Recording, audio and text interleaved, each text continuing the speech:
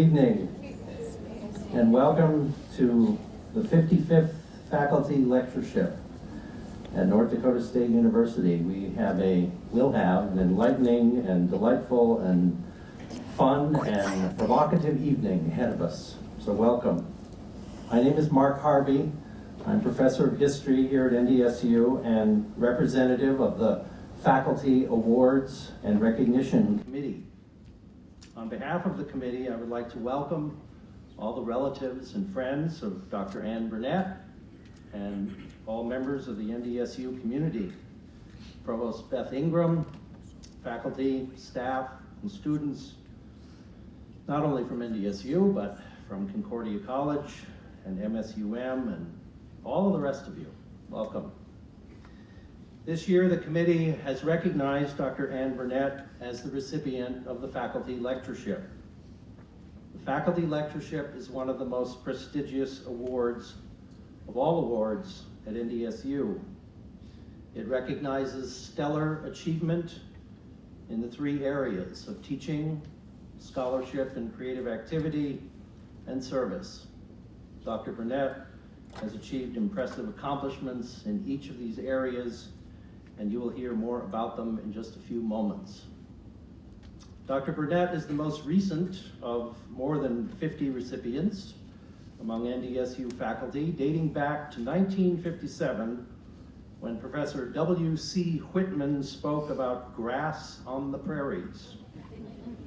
Since then, distinguished awardees have spoken on such varied topics as Arctic exploration, atoms and energy, quantum chemistry, climate change, the geology under Fargo, fish and frogs, wilderness, what history tells us, teaching and learning, and the conductor's art, just to name a few. And the complete list of speakers and topics is on the back of your program. Following Dr. Burnett's talk, there will be time for questions, which I will help to moderate. And after that, Provost Ingram will present Dr. Burnett with the award.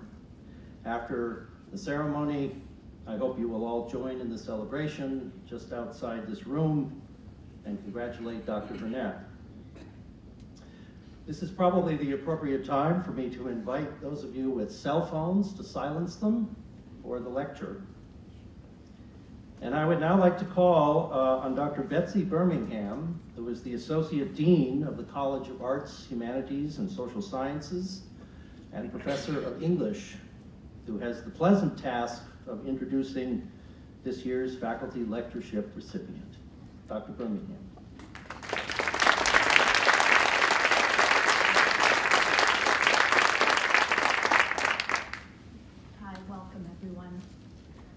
Universities seldom honor their faculty for selflessness, generosity, or the tenacity necessary to transform intractable institutions. If they did, Ann Burnett would be receiving that honor. But Ann is receiving this honor because she is all that, and she is also an outstanding researcher, an excellent teacher, and someone who lives our university's land-grant mission of outreach. I don't want to drown you in numbers, but I do want to share with you the scope of Ann's career and why it is so impressive. She's published more than 50 peer-reviewed articles, delivered more than 65 conference presentations for which she has regularly been awarded Best Paper honors. She has received more than $3.75 million in grants. She has taught 20 different courses at NDSU, and works to enable student success in both the courses she teaches and in those courses that her faculty in the Women and Gender Studies program teach. She has served on 75 or more graduate committees. I think I had a several-year-old CV. And her graduate advisees are placed in high-ranking doctoral programs and tenure-track positions across the nation. Ann has served with distinction on nearly every major committee in the university, and as she is known and active nationally in serving two different disciplines, communication and women and gender studies. But to return to that tenacity, When Anne came to NDSU in 1997, there were 6 women full professors on our campus and almost no women in administrative roles. NDSU had no women in gender studies major, and we were having serious and sustained challenges recruiting, retaining, and promoting women, a necessary component of becoming that research university we hope to be. Her incredible skill as a collaborator, her personal warmth and ability to bring people together around important work, her skills communicating the need for institutional change have all been instrumental in leading transformation on our campus. Anne's been able to achieve daily successes that add up to transforming what seemed 19 years ago an intractable institutional climate. She has worked within that climate to build coalitions and enact deep change that has allowed NDSU to achieve successes because we are ever more able to retain talent. She has done this work while building and maintaining a research and teaching career that is by any count exceptional, but one that is rare in people who devote themselves selflessly to their institution and their students. I'm delighted to introduce a brilliant academic, a truly amazing change agent, a colleague, a mentor, and a friend, Anne Burnett, who will present the 55th Annual Faculty Lectureship, How We Connect or Not, Communication is Relationship. Please welcome Dr. Anne Burnett. Wow, that was really nice. Couldn't have done it without everybody.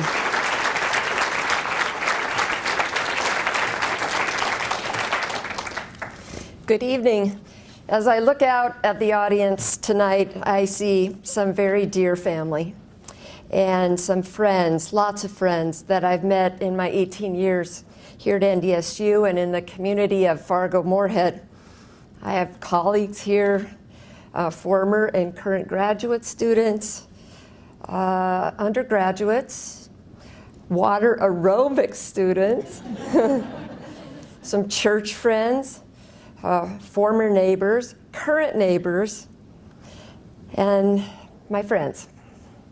The connections I've made with you, whether deep or quite recent, are very meaningful to me. In many ways, they define my experience in Fargo and Moorhead and at NDSU. And I think the idea of communication as relationship defines the approach I take in my area of study. As Franklin D. Roosevelt once said, "Today we are faced with the preeminent fact that if civilization is to survive, we must cultivate the science of human relationships, the ability of all peoples of all kinds to live together in the same world at peace." Communication engages the science of relationships by exploring positive and effective ways to bond, the dark side of relationships such as jealousy and bullying, and ethical practices that make communication responsible, communal, and oriented to solidarity. Tonight, I'd first like to share with you a little bit about the communication discipline and how my perspective fits in. From there, I'll discuss 3 areas of research that I've engaged in using that lens, and then I'll conclude, and we can have some cookies and coffee together. The communication discipline is fairly new. It has its roots in the persuasive oratorical traditions of ancient Greece, but breaking from psychology, English, and sociology in the last 50 or 60 years. Rather than study cognition or what's going on inside someone's head, or civilizations, or literatures, communication focuses on how people use messages within and across various contexts, cultures, channels, and media, according to the National Communication Association website. It's a diverse discipline in which social scientists, humanists, and critical cultural scholars investigate the relevance and significance of messages within a context. Scholars may study the theory or philosophy of communication. They may enjoy the study of language, rhetoric, or semantics, or they may focus on how communication is applied in any context, including but not limited to the organization or workplace, education, health, intercultural communication, interpersonal communication, legal, political, media, or small group. Notice that I haven't even mentioned public speaking yet. Important, but only a small part of what we do. We have a fantastic communication faculty at NDSU. They do really interesting research, and they approach the discipline from different angles. So, for example, Drs. Amundsen, Beck, Crawford, Kingsley Westerman, Littlefield, Lodwick, and Vos and Callens all study communication by looking at messages in contexts such as competitive speech and debate, the small group, the organization, when a crisis occurs, or in pop culture. Drs. Collins, Moydick, Meister, Platt, and Okigbo are more likely to study the persuasive nature of text in areas like media history, how science problems or issues of the environment get communicated to the public, or how diplomacy can be achieved. Drs. Walden, Westerman, and Yu focus on technology or computer-mediated communication. Say that 5 times. Whether that be how technology gets incorporated in the workplace, relationships, or healthcare systems. Dr. Lucan Sandvik studies workplace emotion and bullying through a relational lens. In fact, I would say probably all of my colleagues would maybe say that they ultimately also study relationship in some form. It's definitely the way that I look at the world. The relationship is the context by which communication, I believe, reveals itself as a genuinely human process, the facilitation or manipulation of language. We facilitate, we manipulate, we exert power, compassion, honesty, trust, love and hate, optimism, pessimism. The relationship is the connection and disconnection of our human lives. It's a cementing and connecting force, bigger than any walls. So it becomes an urgent undertaking, not just for its academic practitioners, but for a community as a whole. I'm fascinated with how people cultivate, maintain, and extend relationships through communicative acts that connect. Not only am I passionate about connecting with others, in my research, I find connections that people make. I study the process of engaging in communication for the purpose of relating. Tonight, I plan to talk briefly about 3 lines of research in which I think relationship is very important: date rape and muted voices, jury decision-making, and fast-paced lifestyle. Now, while at an initial glance, these topics appear completely unrelated, the common strand is the communicative notion of relationship. Let's begin with the hardest one to talk about: campus sexual assault. In the past year and a half, President Obama and Vice President Biden have advocated for bringing this issue to light. Their campaign, It's on Us, highlights the need for bystander intervention, most likely through communication. After I spent a few years in women and gender studies, and I was still working with communication graduate students, we initiated a project to study rape culture on our campus. Now let me define this. Rape culture exists when rape or sexual assault is a normalized expectation. We argued that there are 4 contributing factors to rape culture. First, rape myths, such as no means yes, or she was asking for it because she dressed a certain way or went to that party. Second, campus groups, such as athletics or Greek organizations, are thought to be ripe grounds for rape culture. Third, alcohol. Fourth, and finally, a fear of reporting. All contribute to a campus rape culture. Based on research that indicates that 1 in 4 college women experience rape and that few of these assaults are reported, we wanted to learn more about the role communication plays in perpetuating the problem. As a team, we conducted focus group interviews with same and mixed sex groups, student athletes, fraternity and sorority members, as well as individual interviews with students who didn't feel comfortable speaking in a group setting. We asked them about attitudes toward sexual assault on campus, their perceptions about its occurrence, and their views on how it's handled. Ultimately, We created a model based on an early scheme that another communication researcher developed about how date rape occurs. I know this is nearly impossible to read. I expanded it the best I possibly could. If you're seeing some lines and arrows, you're good. Our main finding was that college students, especially women, are silenced before, during, and after rape. This silencing occurs at 4 levels: culture, the individual, the interpersonal level, and the immediate context. Before a rape occurs, so we start at the top, before the rape occurs, the campus as a whole, as a culture, doesn't have a clear definition of date rape. There were comments that our students made, such as, rape is hard to define. Next, at the individual level, participants acknowledged how specific cases can lead to perceptions of rape. Comments included, behaviors in a woman's dress can suggest consent, or, if they're not a friend, it's like they expect something in return. Women prepare for risk and the interpersonal level as well. For example, my friends and I always look out for one another if there would be a bad situation. Now to the middle, when the rape occurs. Ambiguity and the inability to articulate what occurred contribute to the problem. Most male and female college students reported believing that consent is a one-time act. In other words, you can't change your mind. Thus, women questioned themselves and their friends. Did you say it forcefully? Now toward the bottom. Post-date rape awareness is also characterized by ambiguity and confusion, particularly on the interpersonal relational level. Right there, trust has deteriorated, and those who have been raped don't know how others will react to them. Comments such as, I was so sure that she'd say, why are you even with him? Convinced victims to avoid sharing their experience with others.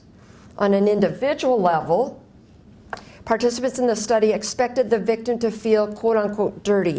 One woman said, by saying you're a rape victim, that spells it out for you that you're not a pure girl anymore. On the cultural level, women in this study acknowledged that they were reluctant to report date rape and supported silence. One participant said, are you going to believe us or are you going to believe him? He was really, really popular. It's his word against ours. However, some study participants felt that if the victim didn't report it, then nothing must have happened.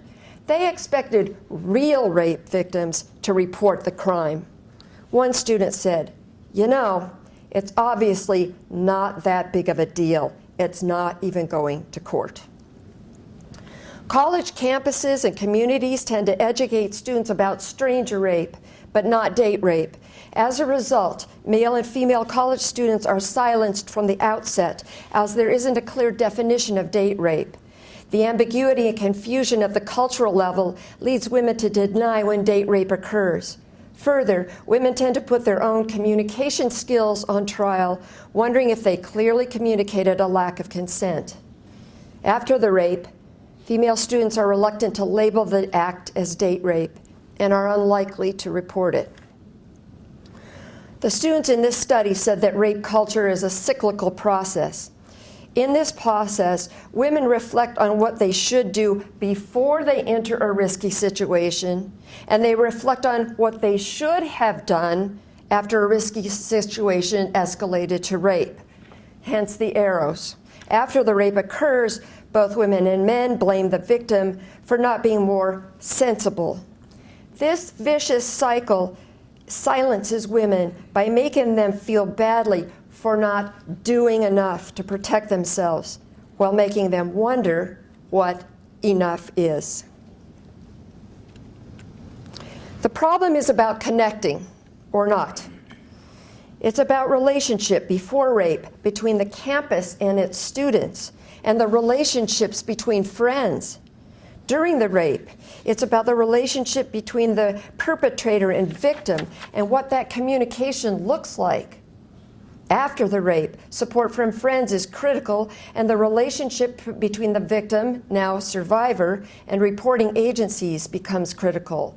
The muting of this issue creates strained relationships, and that's what, in my opinion, campus sexual assault prevention needs to focus on. I'm attempting to unmute the strain from those relationships, to attempt to highlight the power of connection and voice. Next, I turn my attention to jury decision-making research. A little bit about me. When I graduated from Colorado College, I fully intended to go to law school at Stanford, only Stanford. Let me just say, my LSAT score was less than Stanford. So to buy some time, my mentor and debate coach recommended I seek a master's degree at the University of Northern Colorado, and I jumped at the opportunity. Coach debate for a year, get a master's degree. While I was there, I got to work with a communication professor who was also a legal consultant. He influenced me to stay with communication, where I could study the power of persuasion in the courtroom. At the University of Arizona, where I started my PhD, I met another well-known legal scholar who showed me the role of communication in the legal interview, in the mediation process, as well as in the courtroom.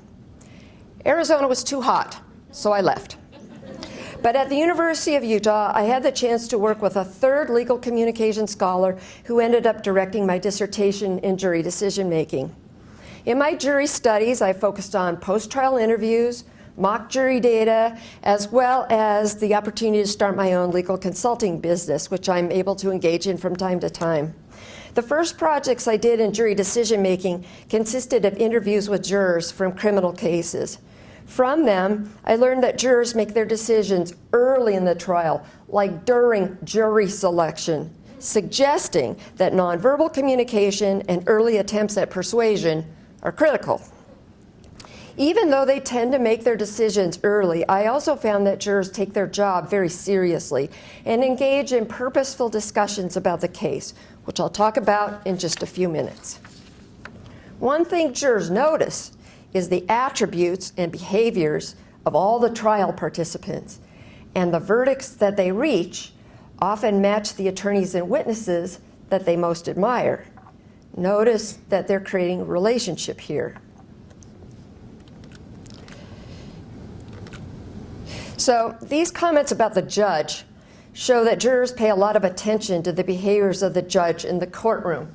Notice that they saw one of them going through the yellow pages. Now it'd probably be a cell phone. Then they also comment about trial attorneys. And notice that these comments are very much about expectations. The first one filled the expectations because they behaved like somebody on TV. The second one, well, they filled the expectation because they were an unkempt defense attorney. What about witnesses? Again, they're noticing behaviors and attributes of all the witnesses. And defendants. The jurors that I've talked to are very conscientious, and they notice everything that happens during the trial. One of my next projects used data from 80 mock juries. A colleague of mine at Nebraska and I created an experimental design in which we wanted to study the way judge nonverbal communication functioned in the courtroom. I had been studying juries for a while by then, and I was beginning to notice that jurors place a lot of weight on what they observe the judge to be doing, saying, or thinking. The judge perhaps unknowingly wields a great deal of persuasive power as the jurors look to him or her for guidance. And there's some precedents for retrial based on poor judge nonverbal communication. Remember William Kennedy Smith's rape trial? He lost. He unsuccessfully argued that the judge's negative facial expressions created bias against him. I think there was more going against him than that. In State versus Barron, the case was reversed because the judge placed his hands flat to the sides of his head, shook his head negatively once, leaned back, and swiveled in his chair 180 degrees. We hypothesized that in criminal cases in which judges use uninvolved nonverbal cues, such as leaning back, shuffling papers, appearing distracted, looking at yellow pages, jurors are more likely to convict. We were wrong, at least according to this study. We found that there wasn't much difference in the way jurors rated either the uninvolved or involved female judge. We did find that the highly involved male judge was perceived as more credible and attractive than his low-involved counterpart.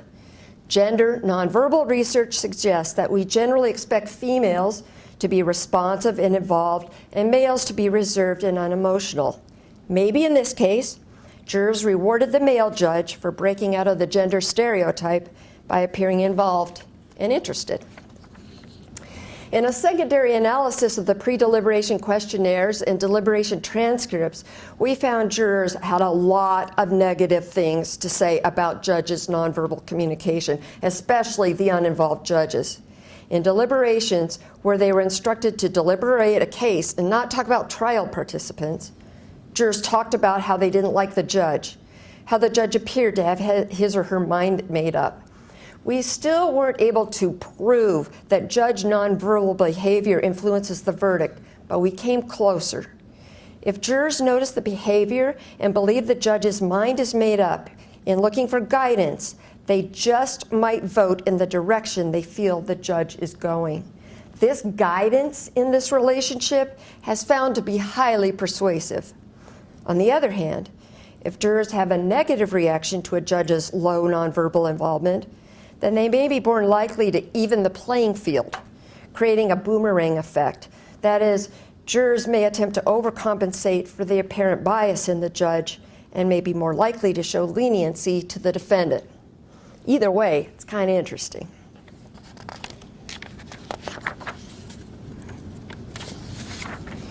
The mock jury deliberations were so rich that we also analyzed them through the lens of small group argument theory. Argument in juries is different than argument in other small groups because the group is isolated, it's a closed system. 2, the weight of their decision is typically greater than decisions made, say, in a boardroom. 3, the procedural rules are different. And finally, 4, they make their decisions based on limited evidence that they haven't researched. We unitized, coded, and analyzed 14,791 arguments based on an argument coding scheme derived by other argumentation scholars. And we found that the arguments jurors make are simple. They make a lot of assertions without elaboration or justification, like, it was a little fishy, or he shot her 3 times. And they agree with each other a lot, like, yeah, I agree. This might not be all bad, however. Jurors hear arguments in court and then bring those arguments, reiterations of previously articulated arguments, to the jury room. I don't mean to label jurors as lazy decision makers. Rather, complex arguments may not be needed at this stage of decision making. In fact, complex ideas may be communicated with simple statements if a juror can assume that the other jurors share the same background knowledge. So to reiterate each premise or each logical link is unnecessary. This model of jury decision-making requires considering the process of story construction. Juries appear to work as story assemblers and story editors by collecting and rejecting facts to form a story. Then they act as story commentators to evaluate the story to reach a verdict. In fact, individual jurors tend to make non-complex arguments, but taken together with other jurors, the arguments create a story that may be far from simple. Consider the following example. Juror A presents an assertion. Juror B agrees and elaborates on that assertion. Juror C agrees. Juror D makes a similar assertion, and Juror E amplifies Juror A's assertion. Whereas the number of non-complex arguments outnumbers one argument or storyline, the issue has been developed in detail. In their relationship with one another, jurors co-construct arguments during deliberation. I've gotten my law fix, made great friends, and learned a great deal in my legal consulting work. Conducting jury focus groups is fun. I either advertise in the paper or I go through an employment agency to recruit a wide sampling of people, all ages, sexes, socioeconomic classes, experiences. We meet up at a local hotel.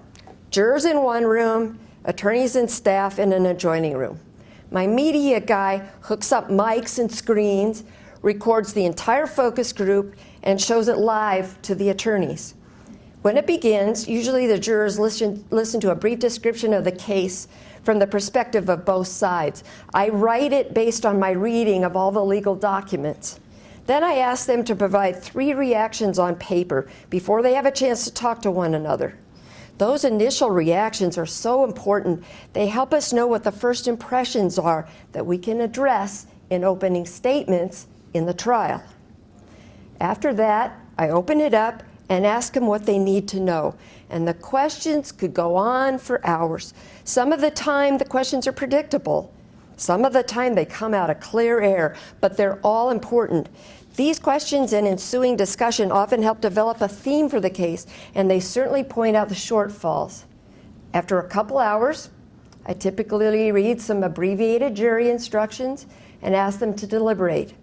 If the lawyers are able and willing, we'll have enough jurors to split into 2. And we'll come back together at the end, summarize the main issues, and then I'll ask them who I'm working for.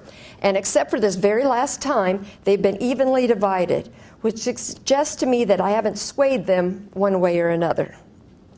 I can't say much about the cases that I've worked on, but I can say I've learned a lot about various medical conditions, sexual harassment, land, oil, murder, horrible car and truck accidents, sex, drugs, but so far no rock and roll. With few exceptions, I feel like the attorneys and I have found effective ways to argue these cases, and my assistance with communication and persuasion has been fruitful. Relationships in law are important. The attorney must create a trusting relationship with his or her client. A successful negotiation requires skills in relationship building, and attorneys form relationships with judges and juries. Persuasion is a lot about the strength of the argument, but it is also about establishing rapport, finding common ground, telling a story that is coherent and that has fidelity, all of which require effective relationship building. That's what makes the law as a communicative relationship so fascinating. Lastly, I'd like to turn my attention to our fast pace of life and how relationships are either marred or connections built based on that. I started my career as a legal communication scholar, but because department chairs needed interpersonal communication classes taught, I needed to learn about and do research in that area of our discipline. About 10 years ago, I was preparing to teach a graduate-level interpersonal class for the first time in a long while. And I went to the top paper panel at our national convention to get some ideas for research projects. It was there that someone recommended studying the fast pace of life and its impact on relationships. The conference was in November. In December, I started noticing that people talked about their fast pace of life in those holiday letters that we get at the end of the year. Here's a sample from letter 40. I'm not sure whether writing a Christmas letter when I'm working at the speed of light is a good idea, but given the amount of time I have to devote to any single project, it's the only choice I have. We start every day at 4:45 a.m., launch ourselves through the day at breakneck speed. The experience is much like sticking your head in a blender, only to land in a crumpled heap at 8:30 p.m., looking something like the Halloween witches impaled spread eagle on front doors, wondering how we made it through the day. And the scary part is that our lives are no more hectic and stressful than yours are. That said, hope you've had a successful and enjoyable year.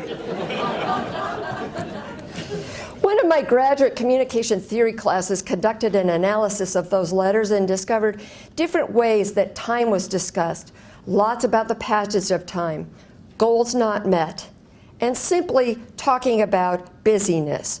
Retirees are busy. Children are busy. It doesn't matter who these people are. They're all busy. In another project, a graduate student and a philosophy professor here at NDSU took Heidegger's philosophy of design, don't panic, It basically means that we tend to ignore our own being in the world and instead focus on trivial external things. If we're not able to acknowledge that this life is finite and that we must consciously experience the joy of each day, we'll live inauthentic lives that are less oriented to relationality and connection. We examined a random sample of holiday letters and found only a few of the letters were authentic. Here are a couple of examples. The first one is a 70-year-old woman who got a new foot that is super duper space-age technological marvel that will never hurt nor fail nor any other thing. And even with her physical problems, some days I can hardly stand to stay in bed until dawn for fear that I might miss something. 76-year-old man said he was completing his life's work on Abraham Knopfsinger. The writer's plans were to stay alive, complete his funeral arrangements, disperse his library, preserve his unpublished manuscripts, and put his financial house in order. Now, some of the letters had indications of authenticity, but after a touch of that, they immediately shifted to inauthenticity. So, for example, this person said that they were going to follow Thackeray's simple plan for finding your destiny. And the remainder of the 2-page, 8-point font letter is a detailed description of the year's events. I think they're still trying to find the plan. Finally, about 74% of the letters were inauthentic, that they were characterized by lists of children's activities, job promotions, and vacations. One of them started, "If you dare read on to hear about the exciting life and times of Mr. and Mrs. Smith." That's a good cue to stop reading, by the way. Another one just had a list. John had bursitis in his knee and was in the hospital treating the infection. Grandpa Smith turned 100 in May. John is busy installing doors and farming. Great-Grandma Joan went home with Jesus in October, and John Jr. bought a 96 Chevrolet pickup. You see how that might not be necessarily authentic. We concluded that part of the reason we aren't terribly authentic in holiday letters and in our lives is that we're consumed with busyness. For the 2 years I taught the interpersonal graduate class, the students and I interviewed couples who self-identified as being busy. Our first efforts were directed to creating a measure of pace of life, as there were no and are no measures to use.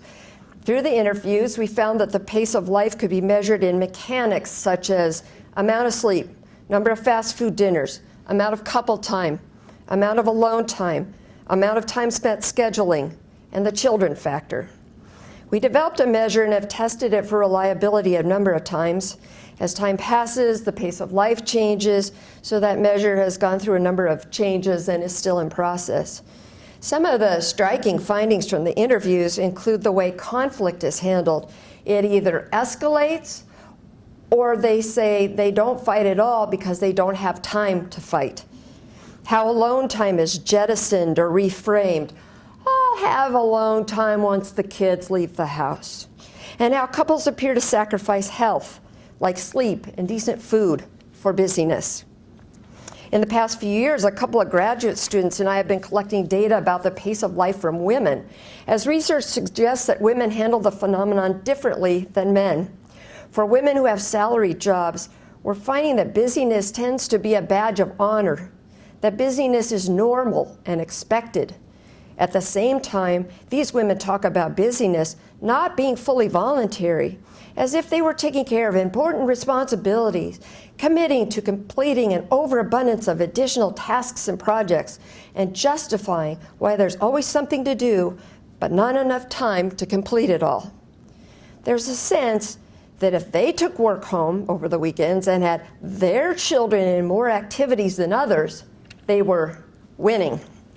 On the other hand, women working hourly jobs were not as eager as the professional women to one-up others or to compete about time. They too said that they were busy, but many of them worked 2 or more jobs or had other family members, such as grown children and their families, living with them. Both salaried and hourly wage women talked about time as a monster that they're wrestling with, making lists and schedules, and at the same time beating themselves up for poor time management. All of the participants we've interviewed have described feeling out of control in their personal and family lives, along with feeling tired and stressed. Such stress can't help but affect health. So not only does the fast pace of life impact relationships, it also affects the health and wellness of all involved. I'm involved with some students to push this research forward in a couple directions. First, a student and I have interviewed couples that have self-defined as having a fast pace of life and a happy marriage. We're seeking to find out what strategies they use to maintain their relationships while successfully navigating the busyness. Another group of students has started examining how women talk about the shame they feel when they take time for themselves. This Brene Brown concept, shame talk, undoubtedly is linked to the quality of their relationships as well as their health. Another group is working on the concept of serial argument, in which a couple engages in the same argument over and over again. We're finding that couples do have serial arguments over the pace of life, and that the pace of life may impact the number of serial arguments they have overall. Finally, a couple of doctoral students and I are working on a theoretical paper in which we argue that the pace of life should be a communication concept. It impacts and is impacted by the communication we have with one another. So, the study of the fast pace of life most easily connects to the theme of communicating through relationship. Over the past 10 years, in a number of studies conducted in a number of ways, we have consistently found that a fast pace, something we all might experience at one point or another, can change relationships. If the goal is to connect, we're not doing a great job. How many families eat dinner together every night? Or is dinner more like McDonald's in the car on the way to soccer? How many friendships have we let go because we just don't have time to connect? How often is it that we try to schedule a time to get together and it's months from now? How tired are you? When did you last take time to relax and not feel guilty about it? How much is on your to-do list? Have you had a date with your spouse or partner lately? Taken a no-work vacation? Between the increasing dependence on technology and our busyness, we aren't connecting very well. This makes great fodder for communication scholars, but it doesn't bode well for society overall. About 4 years ago, I successfully battled a dangerous cancer, and they say that these battles can change your life. I wish I could say that I work less and play more, although I've taken some steps in that direction. But what I've really come to terms with is, as that author says, don't sweat the small stuff, and it's mostly small stuff. And pay attention to your relationships, close ones and acquaintanceships. Create authenticity. Barbara Bush says, never lose sight of the fact that the most important yardstick of your success will be how you treat other people, your family, your friends, your coworkers, and even strangers you meet along the way.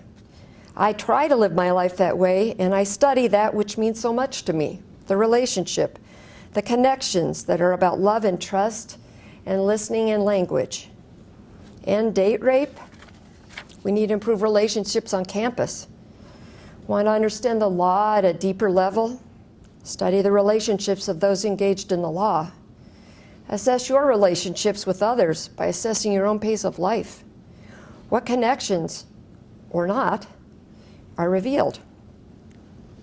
Tonight I've had the honor to talk to you about some work that I've been doing over the course of my career. The contexts might be varied, but the commonality between them is the idea of communication as relationship. I'd like to thank the Faculty Awards Recognition Committee for this very esteemed honor, and especially Mark Harvey, who has put a lot of work into this event for many years, this year no exception. I appreciated the kind words in my letter of nomination, Dean Kent Sandstrom and Associate Dean Betsy Birmingham, and for the kind introduction, Betsy, thank you. Thank you to my husband, Mark Meister, for helping me think about this speech and for his constant encouragement. My daughter, Carolina, for her sunshine. And family members and friends, both in the audience tonight and those who were unable to make it, for their support. I'd now be happy to answer any questions you might have. And more importantly, I definitely hope to connect with you all during the reception. Good night.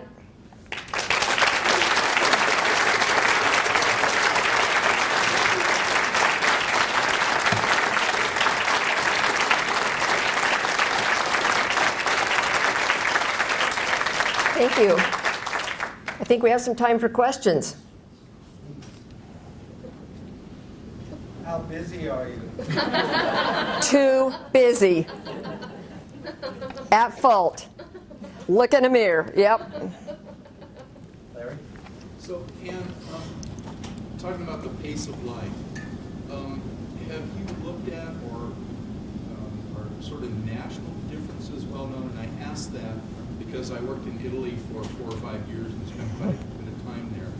And I can tell you they're quite productive, but their whole focus is different there. Yes, you're absolutely right about that. We haven't done any study internationally, but when we do our readings about pace of life, oftentimes those readings contrast the U.S. or the Western society versus European notions of time. And yes, you're absolutely right. Yes. Yeah, I've read recently, or I've heard some things recently that women actually spend more time with their children now than they did in the 70s, and it feels hard to believe. Can you talk about why that is and why we feel like we're not spending enough time with our children? Yes, so the question is, there is research out there that says that women now spend more time with their children than women did back in the 1970s, and that's true. I think there's a couple of reasons for that. One is a lot of people we talk to say, we don't want to parent the way our parents parented, which meant, like, go play in the street for a while, and I'll let you know when dinner is. Second of all, there are a lot more opportunities available for children now for activities. And third of all, there seems to be some sort of pressure, this badge of honor, so that if your kids aren't in soccer or whatever, then you're not parenting very well. So a lot of different reasons, but you're right about that. You said right now you're working on a study about how busy couples are able to have successful, Yes. busy couples with successful relationships are able to manage or make that work. Right. How far are you along in that study, and what are some of the things you found so far, even as far as the lecture reviews? Not as far as we want to be, right, Renee? What we're doing is looking at components of a theory called relational maintenance. And there are 7 of them. And we asked the couples about each of those 7 components. We're still transcribing the data. Ask me in about 6 months. Yes? If you were in a legal quandary, would you rather be judged by a jury of your peers or by a judge, given what you know about the process and how the process can ultimately be manipulated? Great question. If you were going up for trial, judge or jury? Well, first of all, I have to say it depends. Right. I don't have a choice but to say that, because it depends on what the case is about. It depends on the reputation of the trial judge. But if we wipe any of those other factors out, I'd go with the jury. Because you have the jurors that I have talked to are very conscientious. They try very hard to make the right decision. And, well, I'm not saying judges aren't conscientious. I'm not saying that, but I would rather put my fate in the hands of several people where you would hope that at least 1 or 2 of them, if there was counter evidence, they would speak up. The odds are better. Good question. Have you thought about studying based on life on social media now? Because Yeah. with social media, you're more connected, but you also have to spend a lot of time on social media. That's a great idea. Let's figure that out. I have a question about coming to awareness that communication is relationship. Do you have some strategies that you suggest for people to use in themselves if they're trying to improve that concept, or for leaders to become more aware that their communication is establishing or breaking relationship? That's a tough question. I always think in an instance like this that first of all, awareness is the first step. And it ought to shake you up a little bit when you realize you haven't met up with your friends for a long time, or you haven't had a date with your partner, or it takes, 3 weeks to make a dinner date? I mean, that shouldn't be swept over. You need to be aware. As far as taking this notion of leadership for people that are in charge of other people and that type of thing, I suppose that might come in some sort of leadership seminar. I don't know if it's something that just pops to people's heads. I don't know. That's a good question. I have to think about it some more and get back to you. Hi, Paul. From the standpoint of your perch as a communication professor, how do you analyze the presidential election and what's going on? Just from the associated framework and what you think of it. Did you notice my subtle comment about walls? That is a fascinating. Like I said about fast pace of life, it's great fodder for communication scholars, but doesn't bode well for society.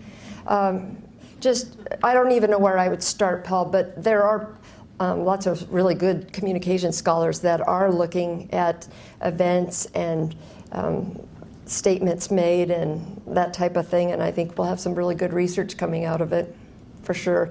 4 years ago, I spent some time analyzing what was called the war on women, and from different candidates making really insane comments to binders full of women. That's a whole interesting thing to me to study, and I'm really anxious to see. Well, we already have the comments to Megan Fox. Comments about women. I think it'll be a really interesting comparison. Didn't really answer your question, but I skirted around it pretty well. Yeah.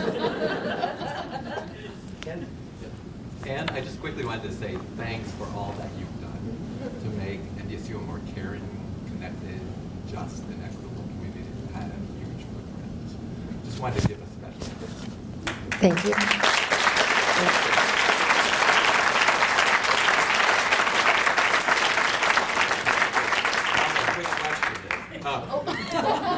All right, now what? When you talk about date rape and the ambiguity of the concept, even in the culture, how we can improve the climate, you probably know there are universities out there now talking about affirmative consent. Yes. Contracts and signed contracts where people actually give out written consent Mm-hmm. to engage in sexual activity. What's your take on all that? A little awkward. However, the thought behind it is at least to get some of these mechanics in place.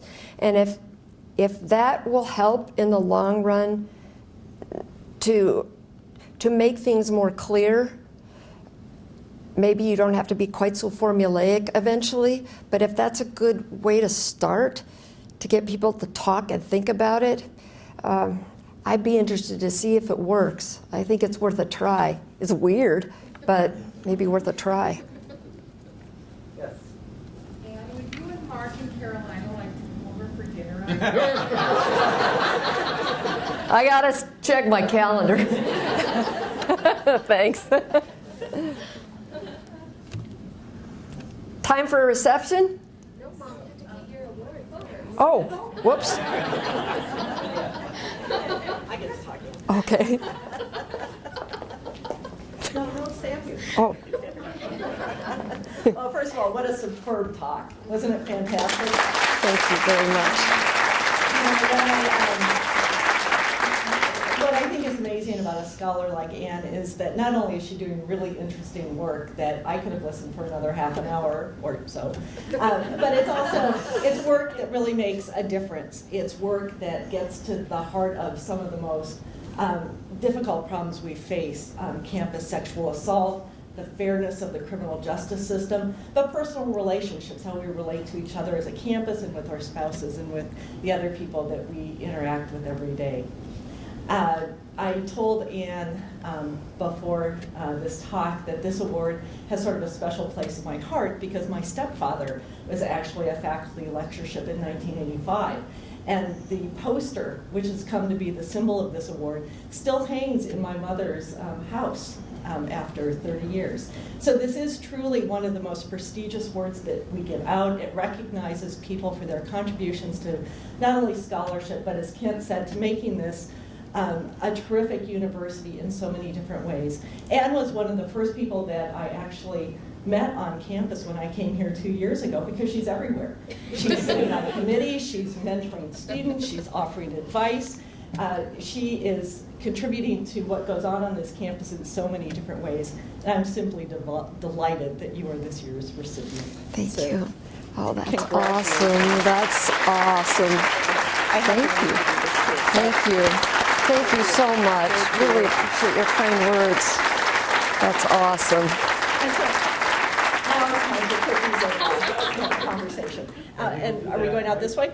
We will do that right outside the double doors here in the little lobby area, so please join us and we'll continue the conversation. Great. Sorry I ran over. Yeah, forgot about that.